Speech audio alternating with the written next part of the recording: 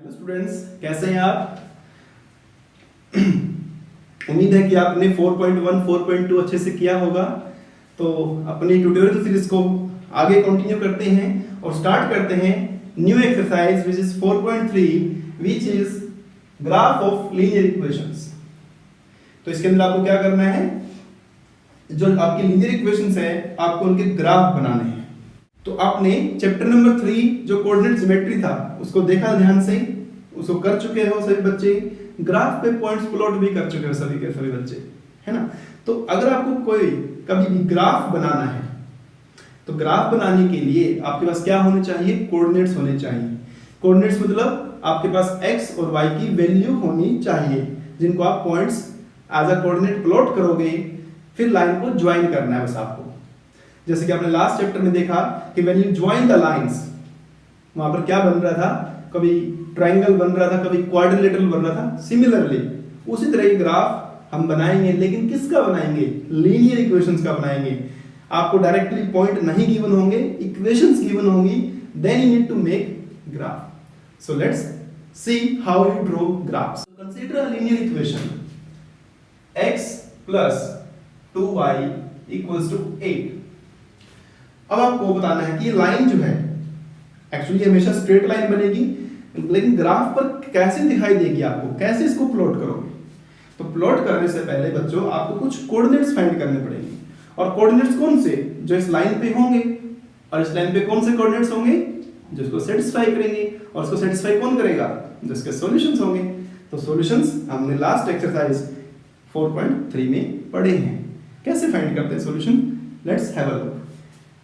First what you need to do, आप x या y की वैल्यू दूसरे वेरिएबल के टर्म्स में फाइंड करेंगे। जैसे x की वैल्यू y के टर्म्स में या y की वैल्यू x के टर्म्स में, जैसा आपको ठीक लगे आप कर सकते हैं।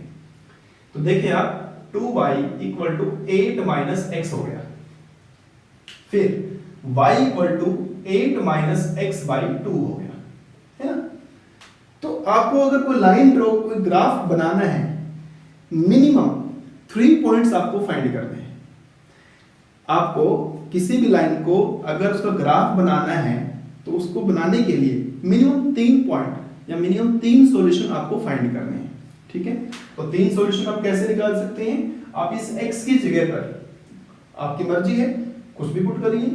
तो आपने x की जगह मान लो 0 पुट कर लिया, x की जगह 2 पुट कर लिया, 1 भी कर सकते हैं, नो प्रॉब्लम। x की जगह 4 पुट कर लिया। ऐसा करने से क्या होगा, मैं क्यों पुट कर रहा हूं, क्योंकि 2 से डिवाइड नहीं करना आपको, इसलिए मैं 2 के मल्टीपल ही पुट कर रहा हूं। 1 इसलिए पुट नहीं कर रहा, तो फिर पॉइंट्स में आएगा, थोड़ा सा कंफ्यूज हो जाओगे। y equal to 8 minus 0 by 2, यहां पर y equals to 8 minus 2 by 2, y equals to 8 minus 4 by 2, ठीक है। तो यहां से you will get 4, 8 minus 2 6 by 2 3, 8 minus 4 4, 4 by 2 2, ठीक है। तो कोऑर्डिनेट्स की फॉर्म में अगर लिखें, पेयर की फॉर्म में, जैसे मैंने आपको लास्ट वीडियो में बताया था कि आपको सॉल्यूशन हमेशा पेयर की फॉर्म में लिखना है। y पेयर x y 0 4, एक आपकी पेयर होगी 0 4 2 3, और फिर होगा प्लस 4 2, मतलब ये पहला x दूसरा y, जैसा कि आपको कोऑर्डिनेट्स में पता है। क्या करेंगे, ग्राफ कैसे बनाएंगे, देखिए।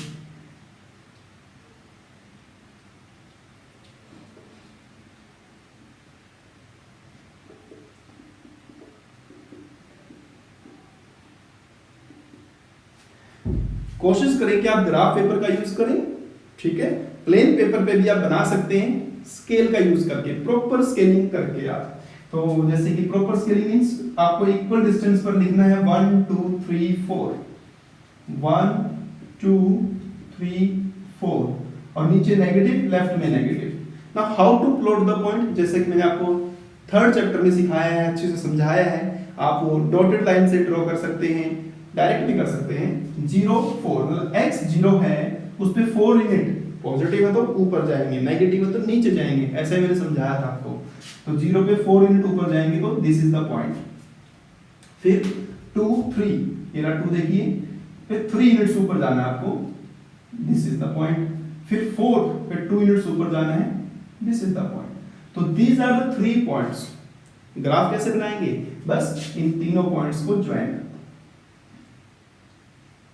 दो और थोड़ा सा आगे एक्सटेंड कर दो और इस पे एरो लगा दो ऐसे। तो this is the graph of which equation, equation x plus 2y equals to 8। इस तरीके से आपको ग्राफ ड्रॉ करना है, ठीक है। तो let us start exercise 4.3। So question number 1, draw the graph of these linear equations in 2 variables. So I picked first part and fourth part of this question. तो वन बाय वन दोनों को solve करते हैं। अभी मैंने आपको example से समझाया, मेरे साथ साथ आप भी करें, सीखने की कोशिश करें, ठीक है। तो पहले आप क्या करेंगे, अभी क्या बताया मैंने आपको, कम से कम 3 पॉइंट्स आपको निकालने हैं ग्राफ ड्रॉ करने के लिए। तो आप सबसे पहले क्या करेंगे, y को in terms of x represent करेंगे। तो यहां से बनेगा y equal to 4 minus x.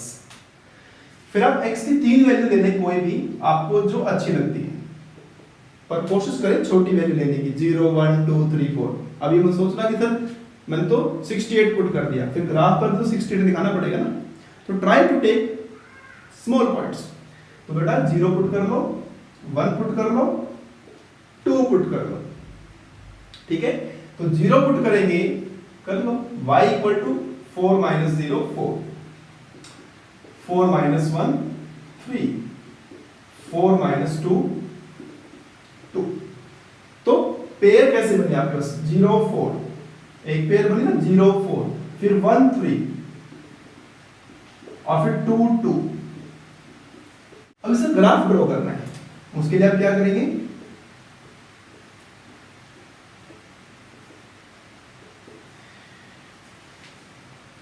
Use graph paper और use plain paper with scale. Scale लिया, स्केलिंग करेंगे 1 2 3 4, 1 2 3 4। नेगेटिव हमारे पास नहीं है तो इधर आप नेगेटिव भी कर सकते हैं, ठीक है। This is origin, x axis, y axis. So 0 4, this is the point as I told in the previous question. 1 3 2 2। तो this is the graph of this line, इसको आप ऐसे ज्वाइन करें। सिमिलरली आप सेकंड भी कर सकते हैं। सेकंड में आप क्या करेंगे, y की वैल्यू निकालेंगे, 3 माइनस 2x आएगा, फिर आप x पुट करते रहें, y फाइंड करते रहें, ग्राफ प्लॉट करें, ठीक है। Coming to question number 3, if 3 4 एक पॉइंट है, जैसे कि आपका ये पॉइंट 0 4 है, ये पॉइंट आपका 1 3 है एंड दिस पॉइंट इज 2 2। तो ऐसे इसने बोला है कि 3 4, कोई point 3 4 lies on this line, जैसे कि ये लाइन अपनी x plus y equal to 4, इस पे ये 2 2 है, तो 2 2 का मतलब क्या है, x 2 y 2 4 आ रहा है, 1 प्लस 3 4 आ रहा है। तो ऐसे ही 3 और 4 एक पॉइंट है इस लाइन पर, तो इसमें एक अननोन कांस्टेंट दिया है a, इसकी वैल्यू फाइंड करनी है। इट मींस जब आप 3 और 4 पुट करेंगे तो LHS RHS इक्वल हो जाएगा, जैसे कि हमने लास्ट वीडियो लेसन में देखा था, find the value of k, अगर वो सॉल्यूशन था तो पॉइंट अगर लाई करता है वो सॉल्यूशन होता है उसका। तो आप क्या करेंगे, x की जगह 3 और y की जगह 4 पुट कर देंगे इस इक्वेशन में। तो 3 y की जगह 4, x की जगह 3। पहले वाला हमेशा x, दूसरे वाला ऑलवेज y होता है, I told you.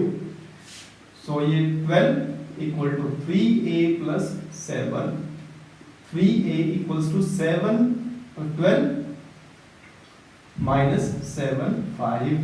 so what is the value of a, 5/3। Decimal फाइंड करने की जरूरत नहीं, ठीक है। Coming to fourth question, a taxi fare in a city is as follows: for the first kilometer 8 rupees and for the subsequent distance rupees 5। मतलब for the first kilometer 8 rupees, मतलब पहले किलोमीटर टैक्सी में अगर आप बैठ गए तो पहले किलोमीटर पे गए और उतर गए, 8 रुपए देना पड़ेगा।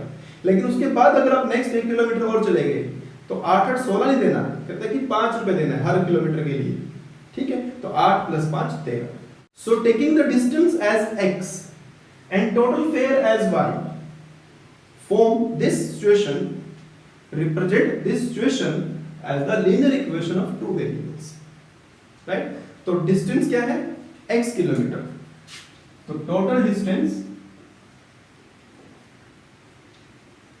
x kilometre, total fair